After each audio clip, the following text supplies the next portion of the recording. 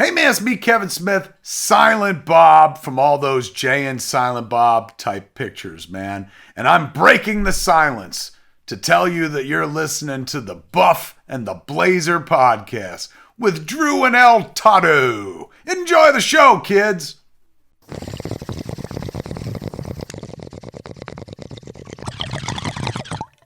Hey, Toddo. What's going on? We got a podcast, The Buff and the Blazer. If I was a listener, where would I go to find more? You can check us out on our website, thebuffandtheblazer.com. Drew over there writes a article that goes along with every single episode. You can find all kinds of little extras on the articles, and you can listen to the podcast right there. Also, you can subscribe wherever you get your podcasts. And, of course, we're on Twitter at Buff and Blazer. Follow us there. Get those clicks, people. The Buff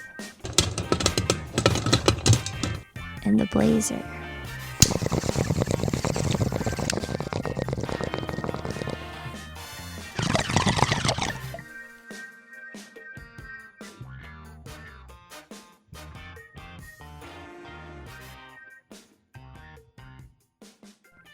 Welcome to episode 61 of the Buff and the Blazer podcast, the show where we break down old movies, new movies, everything in between.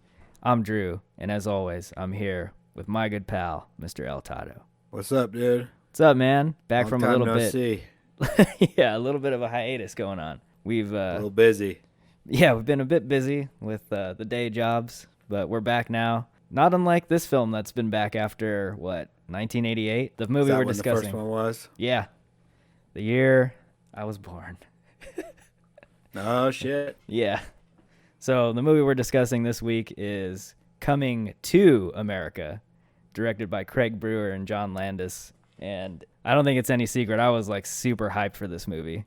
I don't know if you were. I was pretty excited, but with fairly low expectations.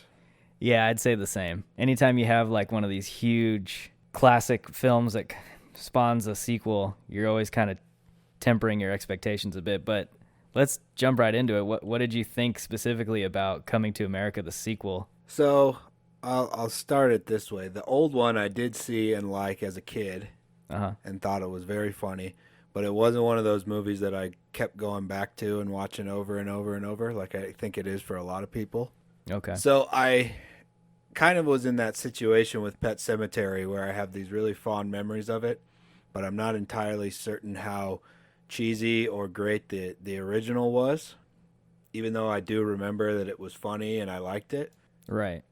So going into this, I kind of tried to brace myself from that mentality of like putting the old one on a big pedestal and being very hypercritical of the new one. And I'll put it this way. I was entertained. I enjoyed all the callbacks and even callback footage that they put in this one. I thought it was pretty funny, like pretty good chuckling moments. I thought the story was pretty cheesy and pretty predictable and exactly, what it's sold in the trailer, which sometimes is a good thing. Sometimes you're looking for a little bit something different. But I was entertained. I don't think it was like better than the first simply because it's the second. Yep. Does that make sense? Totally. But I was entertained, and it was a good little chuckle. All right, I almost have like the same exact take that you do. So a lot of times when these sequels come out and they have all these callbacks and all these sort of Easter eggs, are like, oh, remember this moment, remember that moment. A lot of times it's kind of like it's seen as a negative. People can get turned off by that. But for whatever reason, like you, I wasn't expecting this movie to be all that great because I actually did put the original on a pedestal because I love the original. And I watch it over and over again. And they still show it on TV, like on cable. You'll find it like every month somewhere we'll be playing it. And I think out of all of Eddie Murphy's films, that has to probably be one of his most famous. It's almost like this cult comedy. And so it's definitely my favorite. Same. Like I like those movies. I like Beverly Hills Cop. Those were good. But this is probably my favorite of his. So just to not disappoint myself, my expectations were very tempered for this sequel. So when I got into it and started watching it, like you, there were moments where I chuckled and laughed, and everything that I liked about the sequel had to do with callbacks to the original. Yeah. Like, I just loved seeing some of the same characters. A lot of, I think like 95% of the original cast is in this film. Like a good chunk of them, which is awesome. And then on top of that, it's directed by John Landis, who directed the original with Craig Brewer. And then I think Eddie Murphy has a writing credit on this too, just like he did with the original. So kind of the essence of the original film is in this one. And like, I was going through some of the reviews after I watched it, and everyone's saying the same thing, how they were like, oh, the story just kind of copies the original, and it's nothing new. It's just all of these, like, seeing the same characters again and whatnot. But in a way, for a comedy at least like this one, that's what I want to see. Like, I don't need to see anything super different or anything. Maybe they could have gone a little bit further with the story. Like, maybe not have it echo so much the first one. Exactly the same arc as the first. Mm-hmm. Aside from that, like, I think this is one of the few films where I can just throw the story out of the window and be like, I enjoy watching these characters, and I enjoy, you know, seeing their gags. And then they have some cool, like, really talented actors, new actors in the world too. It was cool to see how kind of like the classic old generation, the group that was in the first film, interplayed with the new cast. So for me, I think it gave me exactly what I wanted. I wanted to see more of those characters that I love from the original kind of doing their thing. So an interesting comp is like Bill and Ted, right?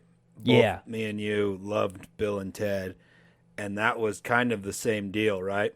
A bunch of the same old cast with a slightly new twist, but following the same arc. Yeah. And it just really feels like filming this was just like a big reunion party. That's a great way to look at it, actually.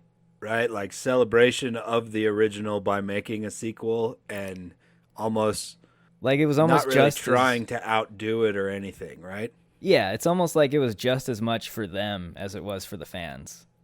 Yeah. Like to make. And I definitely picked up on that too. I think that's a great way to describe what this movie is. And just the fact that they were able to get most of these characters back is kind of amazing. Yeah. Like even some of the characters from the bar scene in the first film make an appearance in this movie.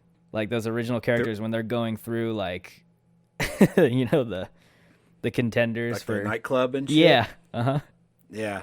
Like the twins from that sequence, they're in this film. Like it's giant reunion. And they show they show the old footage of them too. Yeah. And them now.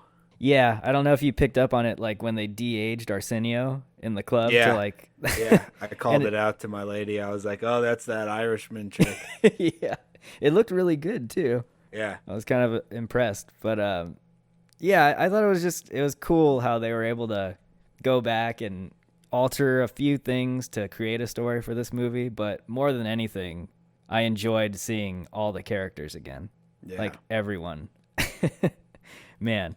But let's continue on, I guess, a little bit with story, even though I think it's probably the weaker part of this film, unfortunately. But like you were saying, it is a bit of like a rehashing of that original story, right? Maybe with a bit of a different ending. And the fact that it is called Coming to America, I think America plays a little bit less in this story than it does in the original. Yeah, so it's a flip-flop, right? Yeah. It's the reverse fish out of water this time in comparison to the first one. Right. I would say there's messaging in this one that's a little more with the times. Yeah. That I think was positive, like a positive swing on how not with the times somebody could look at the first one.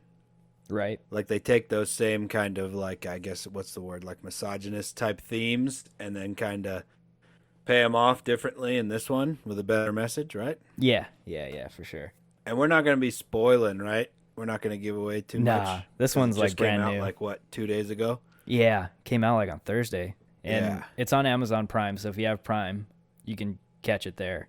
But yeah, it's funny. I actually forgot this film was coming out that week, and I just happened to flip on Prime, and there it is in the banner, and I was like, oh, we got to do this. But, we got bombarded in the last few weeks with stuff we can do. Yeah, so we'll be bringing out a bunch more. We got like a good back catalog going for a little bit. But Playing some catch up.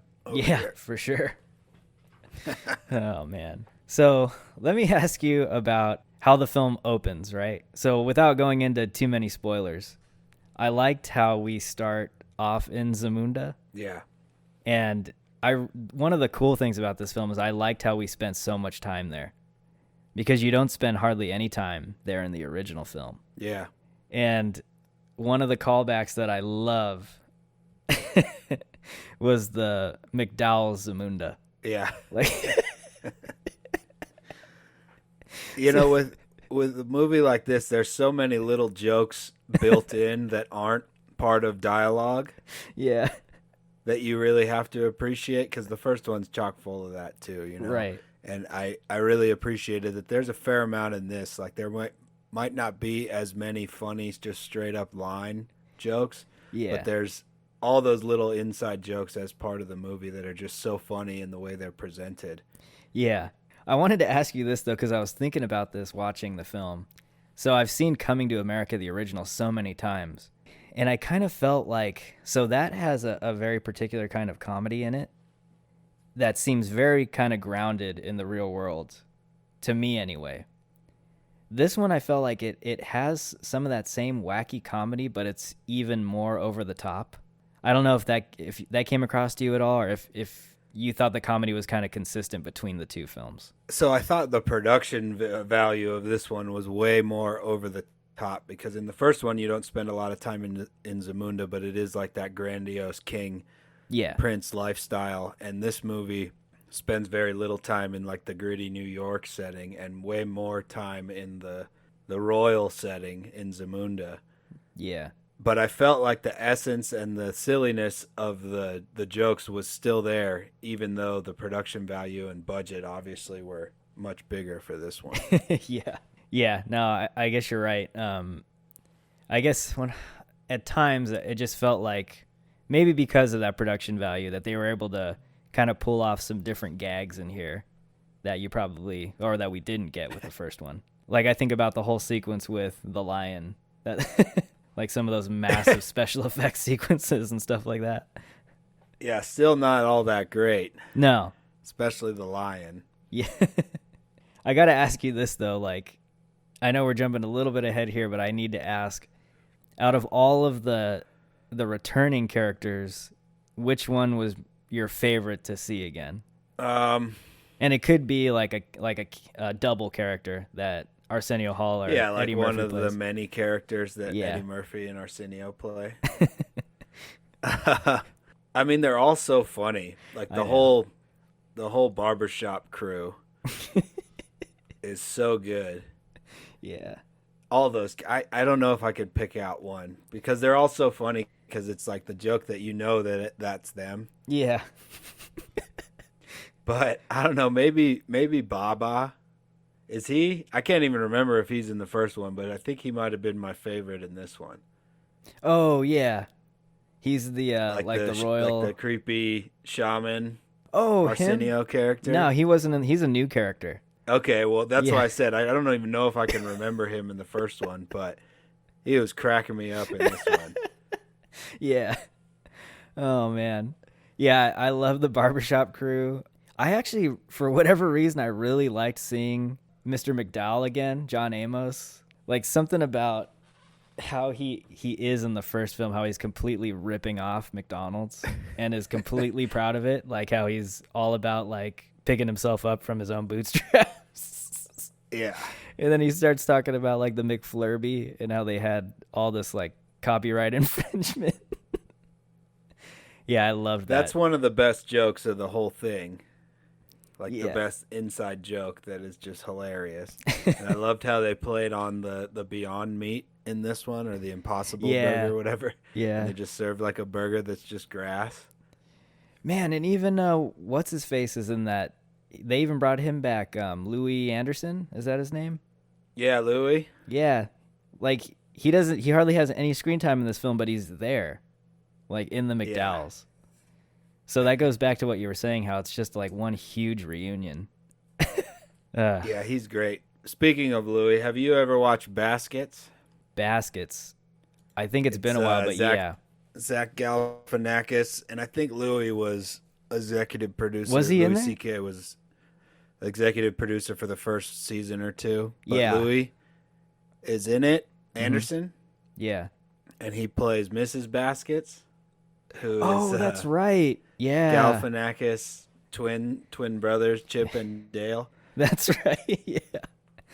And I that watched like the show's so first great. season of that, and then I never It's so continued. funny. Highly recommend. Okay, so he's been in something. But yeah, that's the first time I remember seeing him, I guess. But I totally forgot he was in that show. Wow. All right, so what did you think of, like we said, it's a reverse fish out of water. So, all right, let's just say that we box the first one in its own world, and then we have this one. Let's just say there's nothing connected there. For you as a viewer, which, I guess, location for the fish out of water do you enjoy more, or which storyline sticks more with you? The fish out of water in Zamunda or the fish out of water in New York? Like the whole culture shock aspect. I think I gotta lean with the first one. Yeah, I guess because we're a little bit little more more. familiar with that. Yeah, we're familiar with the world they're getting put into in that context. Yeah. So I guess it's, I don't know. But like the Zamunda world seems so like caricaturized Yeah. and so over the top ridiculous that it's like hard to relate to, I guess. Yeah.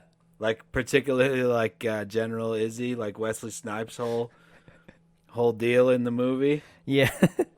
Like it's hard to I don't know, take that seriously. I don't know if you have to, but like from a relatability standpoint, it's easy to like see Eddie Murphy walk into a barber shop in the first one and you understand the world that he's walking into more. Yeah.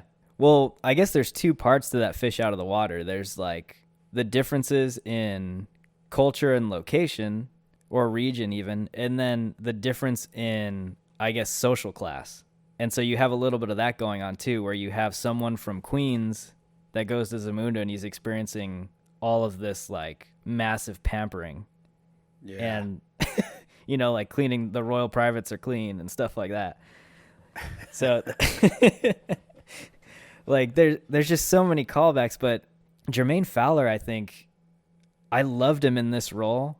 He's someone that you kind of despise in the beginning a little bit because you don't really understand where it comes from, but then he starts to grow on you and his arc expands, and then you're able to like completely connect with him and I guess experience the same, like, what's the word, when he's in Zamunda and he's completely taken in like how different everything is and how he doesn't belong there. You completely identify with that. And even though he's a new character in the bunch, he was probably like one of the better performances that I liked in this movie. Well, he gets the bulk of the emotional arc because he's basically riding that same arc that Eddie, Prince Akeem, was riding in the first one. Yeah. But I felt like his character turned too quickly, too many directions. Okay. Yeah. So like he gets there, he's overwhelmed and pumped and stoked, and then he very quickly is like not cool with it, and then he makes a rash decision, and then he ends up, you know, I won't say any more, but like I felt like it was a little like they kind of crammed in to the late second act and early third act all of the emotional arc of his character. Yeah. And spent way more time on like the funniness of the fish out of water. Yeah. Scene, which I think is good. I probably would have enjoyed less of the lovey-dovey arc for his character. Yeah, I getcha. And more funny, silly, you know? Mm-hmm. That kind of leads me to my next question, which is kind of like, so in the first film, we kind of get a good idea of what that story, who is the main player in that story, and it's Akeem. In this film, I think that's a little less clear. Like, I almost don't know whose story this is exactly. At least with the way they resolve everything. Yeah. Like, I don't know if that ever crossed your I get mind. what you're saying. There's a lot of more emotional struggles in this one per character, right? So Yeah. Prince Akeem has his succession crisis going on and Yeah. dealing with centuries of bad practices, I guess you could say. And then you got Mika's character, who's Yeah. dealing with her personal struggle, which is wrapped into Prince Akeem's. And then you got Jermaine Fowler's character playing the old Eddie role. Right. And yeah, there's a lot more going on in this one. Yeah, I think this one feels a lot more like an ensemble movie than the first one was. Yeah. I mean, we kind of got there quickly, but to talk generally about the ending, I think that's where, for me, although there's some really funny parts with the ending, I think that, like, they open up so many of these different avenues in the story with each character, and then they try to wrap it all up together at the end. And I just felt like I wish they would have stuck with one particular arc and focused more of their attention one way or the other. And for me, I think I'm talking specifically about Mika, because I think that story would have been more interesting if maybe rather than going with Lavelle's character and spending a lot of time there and then sort of spreading out the resolutions to each of the other characters, because you spend a lot of time with him. I would have actually liked to spend more time with Mika, because to me that's more of an interesting story, because women can't rule in Zamunda. Women, like, they don't have a whole lot of rights in Zamunda. And the fact that she's Akeem's daughter and she's, like, been training her whole life to essentially lead, like, I wish they could have maybe focused a little bit more time with her. Yeah, I agree with that, because it's almost like they shoehorned in the correct messaging in with Mika's character, but didn't give it the screen time. Yeah, like, you spend all this time with Lavelle and his whole thing going on because he's the male heir, and then you kind of wrap up Mika's story at the end, but you hardly spend any time with her. And that's where I was kind of like, I was a little bit disappointed with that. Yeah, I totally agree. It's almost like backhanded messaging. Yeah. A little bit, right? Because you still spend all the time with the male struggle. Yeah. Between Eddie and Jermaine. Right. And, like, I thought they were going to have more of a butting of heads, but it's almost like they resolve their issues really quickly. I think at the midway point, they're, like, cool with each other. Yeah, everything wraps up really quickly in that kind of late second act. Yeah, for sure. Early third act. It all just kind of, like, ramps up and gets resolved and ramps down. Yeah. And, like, she is such a kick-ass character, too. Like, I loved her anytime she was on screen. And that's how I was like, man, I wish we could see more of her. And even, like, his other daughters, because I thought they were, like, everyone was really well cast. But for me, I think that's where my criticism with the story was. I think they spent all this time with, you know, the lost American son and, like, parsing out that storyline. And then they address, like, the problems with the other characters and wrap them up at the end without having spent any time with them, even, like, addressing that. Yeah. But I agree with that. Yeah. 100%. And I would want more bow fighting, or, you know, the bow staff fighting with Mika's character. She's badass. Oh, man. Yeah. She was, like, one of the coolest new characters in the movie. I would have liked to see her take on the lion with the bow staff at some point. That Yeah. would have been sweet. I did like watching her kick General Izzy's ass, though. That was cool. Yeah.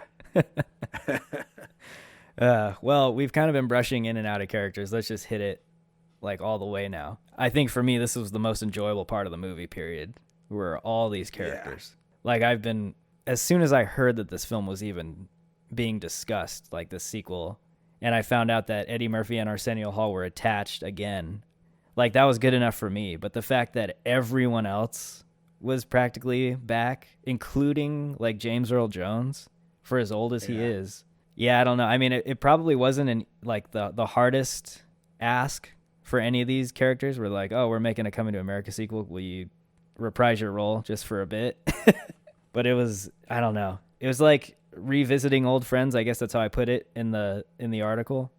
Like, all these characters that I fell in love with in the first one, seeing them back again and then interacting with each other, that made everything for me. It made it enjoyable. I got to give hats off to Eddie and Arsenio, because it's so hilarious that they play so many characters in this, and they're all funny. Yeah. And I was stoked to see Tracy Morgan, although I could have had a lot more of him in this one, because he's hilarious. He's so funny. Yeah. Leslie and then Jones, probably too. my favorite, What's that? Leslie Jones too, like another heavy hitter Leslie in comedy. Jones is hilarious. And she's basically just herself, right? Yeah, basically. But she's hilarious. And I loved Wesley Snipes in this. Yeah. His character is so over the top and funny. His whole like warlord thing with all this style and his like marching band groove party that he rolls with, and they're all decked out with freaking machine guns and shit. It's so hilarious. I like And how his he like walk. bounces in everywhere with his walk. Yeah. Got like that lean back sidewalk thing going on. It's so funny. Yeah. Did you make out? I didn't go back to rewatch it, but I must have missed like exactly what he was reading to the group of kids he was like radicalizing when he was having his school lesson. Yeah, I don't can remember remember. exactly what he said. I just remember after he closes the book, he's like, "Go play with." Your and he grenades. rattles off like the grenades and stuff. Yeah. Oh, And man. it's a pretty, I don't know, it's a pretty funny joke on like a fairly horrible aspect Yeah, for sure. of what's really going on, I guess, Yeah. in that continent. But he's so funny in this, and it was good to see him. I haven't seen him in anything in a long time. Yeah. He'll always be the badass from Blade for me. Oh, dude, those games, the video games were Yeah. awesome. The movies were hilariously funny and not meant to be funny, but I don't know. I find those types of movies really funny. Man, and then I got to shout out Sherry Headley too. Like I love that she comes back as Lisa, and I loved her character in the first film. Like she's this Yeah. total badass because she's so smart. Like she'll outsmart anybody, and she's like very down to earth, and it was just cool watching her come back too because I can't remember the last time I ever saw her again. And I love the fact that she just shows up Akeem like in almost every scene, like just pointing out how idiotic he is. Yeah, her character was interesting, kind of seeing the shift from a queen, princess, back to like her kind of hanging out at the bar, Yeah. New York roots with Mhm. with Mary, with Leslie Jones' character. Yeah. Yeah, she starts repping Queens a lot more towards the end. Yeah, that was But, like, kinda funny. So I'm not familiar with New York at all, but I get the sense Me that neither. like Queens in the 80s was probably pretty rough, and now it seems like it's this hipster like revival place in New York. Isn't everywhere in New Yeah. York seem like that? And I've never been to any of it, but that seems to be the thing. And where we live, it's definitely going on. Yeah, no, for sure. Not where I live, but down in the city. Yeah. Like even in San Diego, where I spent a lot of time, there's a bunch of places that have tried to hipster it up. Not so rough anymore. Freaking No, it's all coffee like shops. yeah, coffee shops and cafes and shit everywhere. Little bowls and plates to let your dogs drink out of at every corner. It's Jeez. I don't know. But yeah, so that's the sense I got after they kind of addressed a little bit in this film. Queens. I'm just trying to go. Like, this cast list is ridiculous. Paul Bates is Oha. Like, it was cool to see him return. And then he does, like, his falsetto singing, too. Yeah, that was pretty funny. And then Eddie Murphy's daughter plays his daughter in this film, too. Bella Murphy. So she plays Oma. And I guess she's, like, the Oh, okay. middle-aged daughter. That's Is she his the actual... middle child? Yeah. Okay. So that was pretty cool. Yeah, oh yeah, and Trevor Noah. I got to shout out Trevor Noah had like a little bit of a cameo in this movie too. ZNN. Yeah. It's like every little supporting character throughout the whole movie is great. Yeah, they're like these huge stars. Like I said, if anyone came to me and asked me to cameo in a film like this, you wouldn't even have to pay me. And I'm sure that's how it was for everyone. Yeah, it's like a reunion thing. It's just very similar to Bill and Ted. Yeah, for sure. Yeah, and I guess the rest of the cast were just all of the like double and triple roles that Eddie and Arsenio play. Like I love seeing. I got a question for you. Yeah, what's up? So in a movie like this, you don't really make a ton of attempt to judge acting, right? Yeah, okay. Because everything is so caricaturized. Yeah, yeah. I'm struggling with how to score that, Oh, right? I see what you're saying. Because like How do you judge a When he- performance that's supposed to be over the top? yeah, Kind like of. Wesley Snipes' character. Like, how are you supposed to judge that in terms of like an acting performance? Because it's really not. It's a comedy performance. You I get don't what know. I'm I guess, saying? yeah, I guess maybe if it's like, does it make you laugh or not? I guess that's a good, Yeah, right. That's how you judge it. I guess that's the best way to do it. As like, Yeah, and you're not like looking for like emotional range, right. believability, and things like that. Yeah. Yeah, that's the only way I can think of it is if it makes you laugh. That character. I couldn't think of anyone better than Wesley Snipes to pull that off.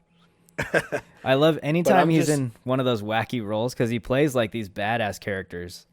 Just to see him in a flat out ridiculous role is always hilarious. Yeah, I'm struggling with how to like judge it from a scoring standpoint. Yeah. Yeah, I don't know. 'Cause, Like, like Tracy Morgan is just Tracy Morgan. right. Leslie Jones, like, for sure is Leslie Jones, at least how we've come to know her on screen. Yeah, and then like all the extra characters that Eddie and Arsenio play. What's really funny about them is the costume Yeah. and the fact that you know it's them. That's so it's not like those characters are meant to be believable. They're just meant to be funny, right? Right. And like taking someone like John Amos, for example, as Cleo, he plays like the straight character, but the humor is all in the ridiculous things he says, not so much how he says them. And so like, at least on that level, John Amos's acting is great because he's playing this straight all the way through and you totally believe him like he's completely sincere and genuine when he's giving Hakeem his pep talk. Yeah. And then he's always plugging like the McFlurby or I can't remember like the other ripoff, like knockoff McDonald's items that he has. But so like that would be, you would judge that, I guess, differently from how you would judge like Wesley Snipes' performance, I guess. Like I said, I was rolling with Wesley Snipes. He had some hilarious moments. Did you say Leslie Snipes? Wesley Snipes? Did I say Leslie Combine Snipes? the two names? I don't know. Yeah. I'm pretty high. Maybe maybe it cut out. Yeah, I don't know, man. I loved everything about the cast. I'm so happy they brought almost everybody back. And Me then too. Morgan Freeman, It like was enjoyable. another cameo. Morgan Freeman? Oh yeah, Morgan. He had one of the outtakes. Yeah. Oh, and that's what I wanted to say earlier when I'm saying I don't know how to judge it. Because when they show all the outtakes, they're just busting up laughing because of the characters they're playing. Yeah. So that makes it even kind of harder to judge, right? Right. When you see them break and just start bursting laughing just at how ridiculous everything they're doing is, it's I don't know, it's hard to judge it how we normally judge movies. Yeah, it is. It's an interesting question actually that you bring up because it's like, well, what's the easiest indicator for someone that comedy is not working? It's when you don't laugh. Yeah. And that can either be the performance or the timing, but like a bad comedic performance, I guess, is less to do with the performance itself and more to do with like the substance of the joke or the writing.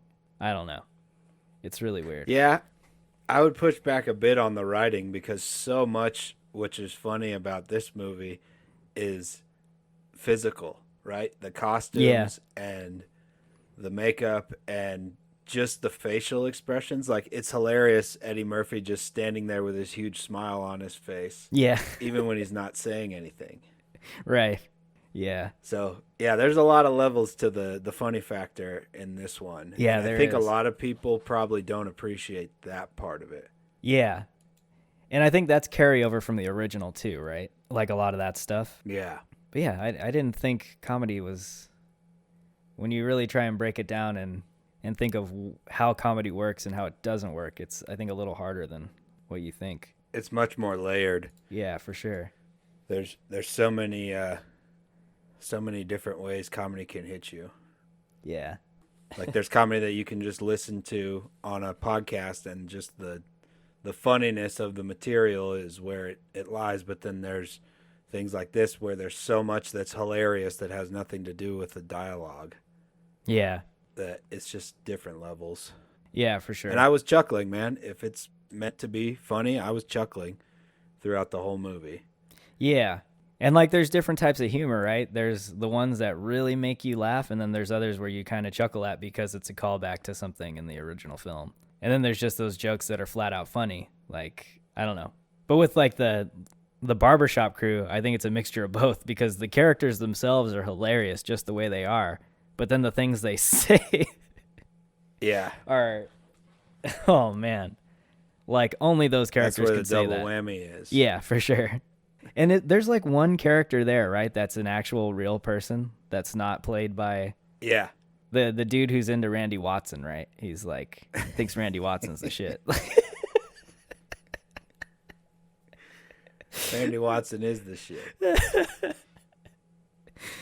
Oh man, I love in the first Sexual film. chocolate. Yeah, dude. Sexual chocolate. I just love It's how he's so like, funny. he's like, man, that boy's good, and he's like, you are out of your mind.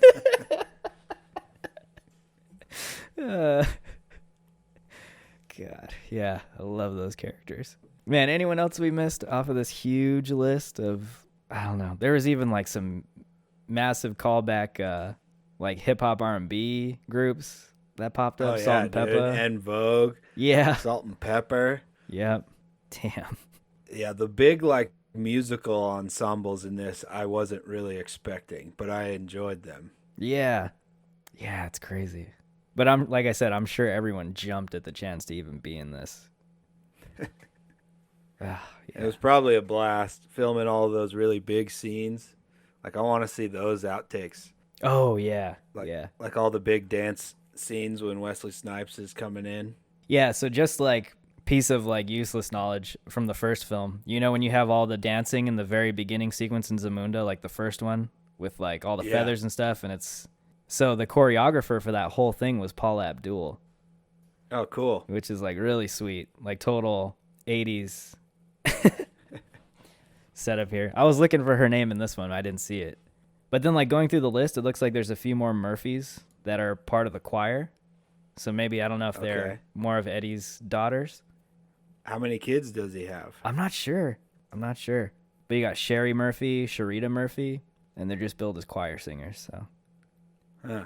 definitely like all my kudos probably go to this category for the whole film. Just all of the actors and the performances. Definitely a plus. Yeah, for sure. All right, let's move into cinematography a little bit, kind of the making. And we can group in like all of the costume and dress and makeup too into this whole category, because I think Big that's part of it.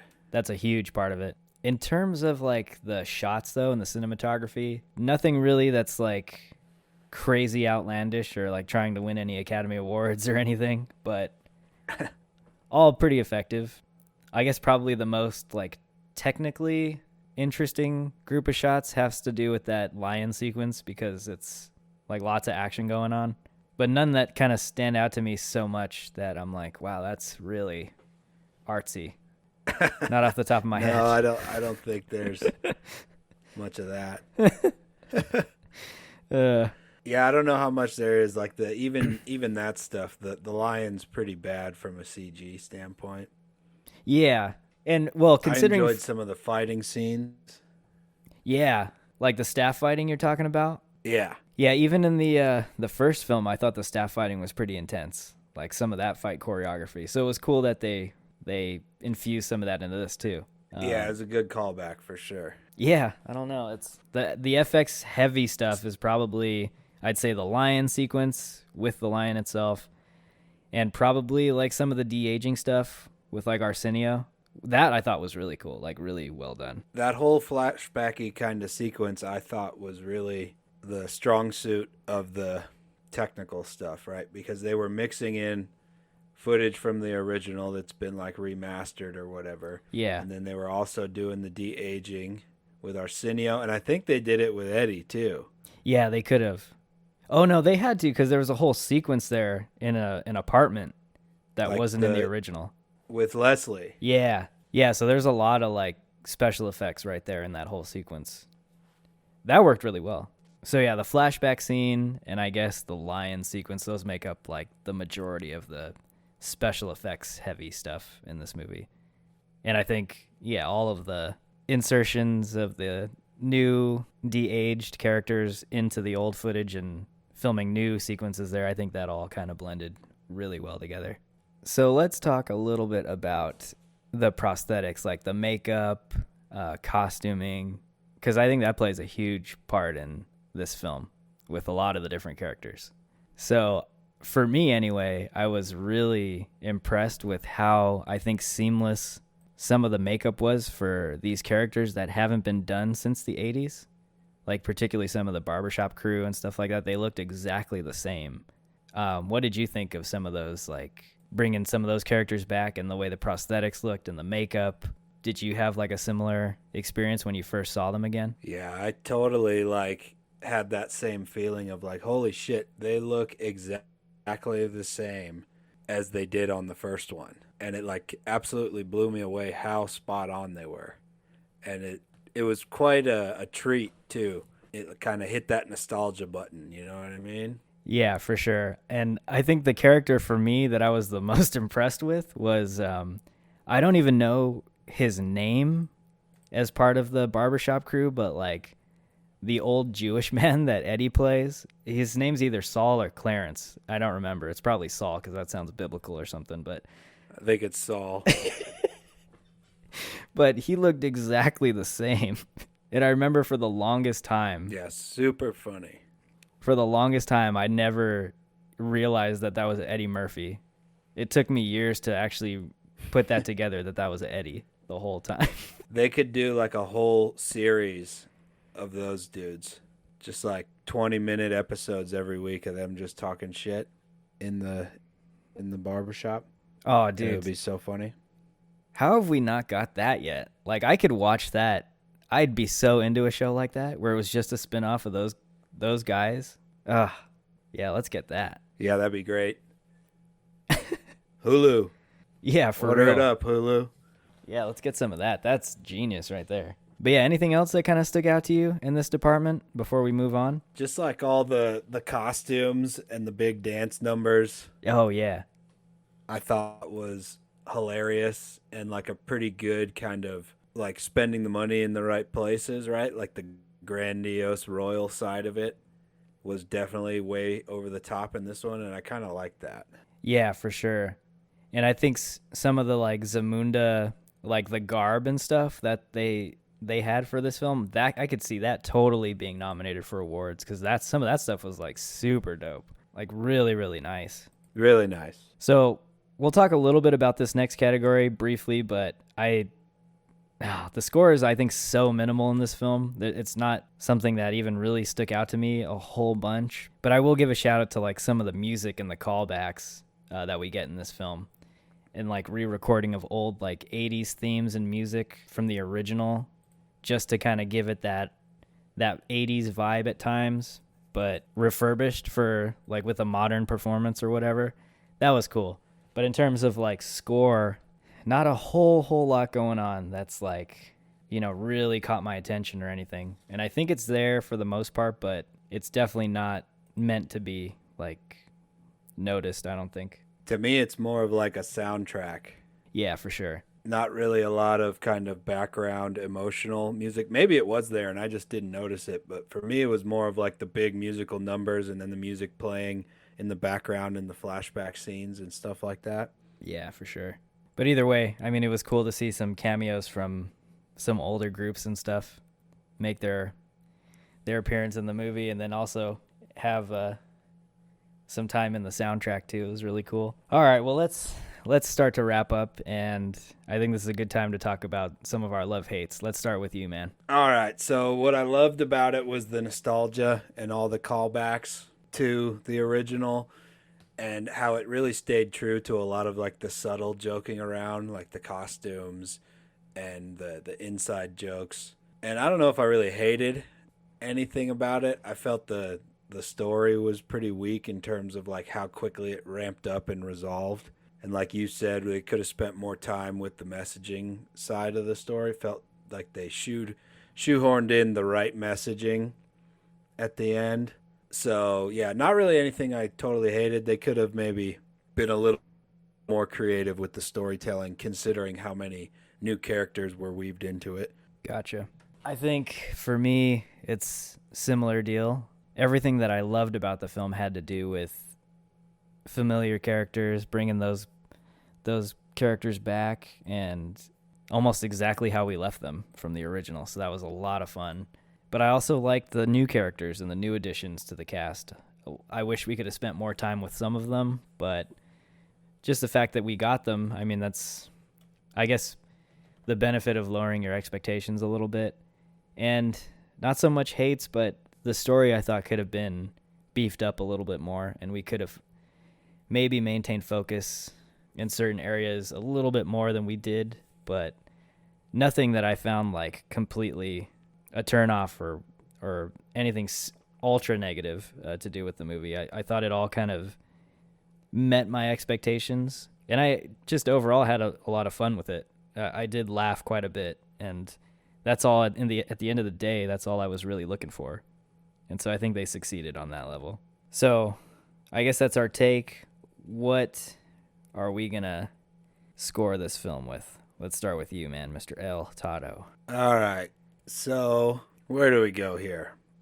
I'm going to give them the point for the characters. Okay. Because it was funny, and it was a lot of good callbacks and a lot of just really funny physical comedy. I don't think I'm going to give them a point on the story because I don't think very much energy and effort was put into it. I'll give them a half on the cinematography because, you know, the line was pretty cheesy, even though I think that was somewhat part of the joke. I'm going to give them a half on the score because some of the music was entertaining and it was really like more of like a soundtrack, which kind of I like a little more than like lots of emotional music. And then I'll give them a point on the feels. Okay. Because it made me chuckle, and I enjoyed it, even though like we both said, we kind of lowered our expectations for sequel stuff. So yeah, 3 bong loads from me. What about you? Sweet. All right, let's see. I'm not going to give him a point for story because that was probably, I think, the weakest part of the film for me. So no point there. They get a full point for characters because everything I love about this movie has to do with the characters and the acting. Cinematography, look, FX, I'm going to also group in like makeup, prosthetics, costuming. That gets a full point from me. That was like fantastic in this movie. Score, I'll give a 0.5, and I did enjoy the film. So it gets a 3.5 from me. I think it's sitting at like a 50% right now on Rotten Tomatoes, maybe a little bit over 53. That's probably about where I'd have it. I could see like half of the critics liking it and half not liking it for whatever reason. I wish it could have been a little better, but I'm glad that we even just got it. Just the fact that it's there that we can watch.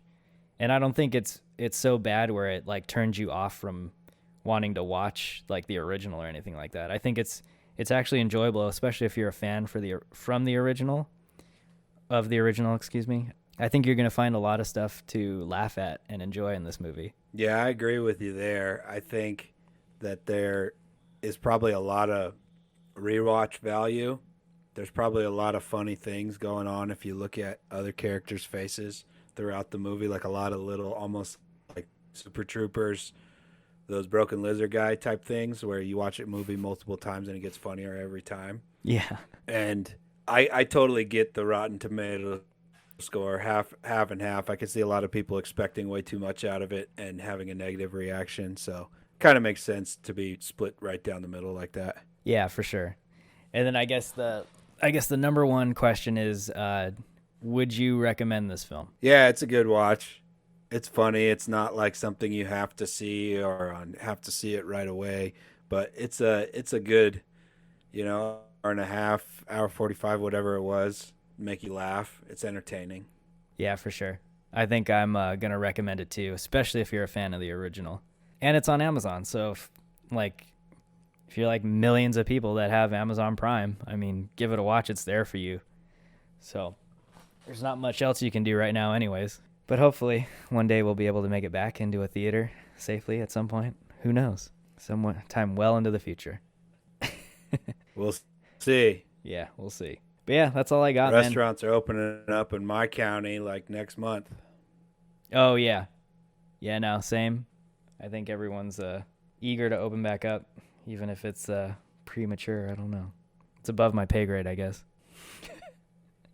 Did you have anything else, man, before we wrap up, before we head on out of here? No, dude, I'm good.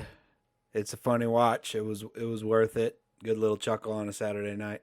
Well, that's all we got for you. That was episode 61 of the Buff and the Blazer podcast. We're back.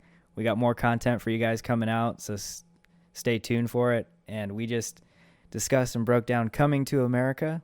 It's on Amazon Prime, so if you have it, it's worth a watch. Like we said, especially if you like the original one. I think you're going to find a lot to love about this movie, and it'll make you laugh.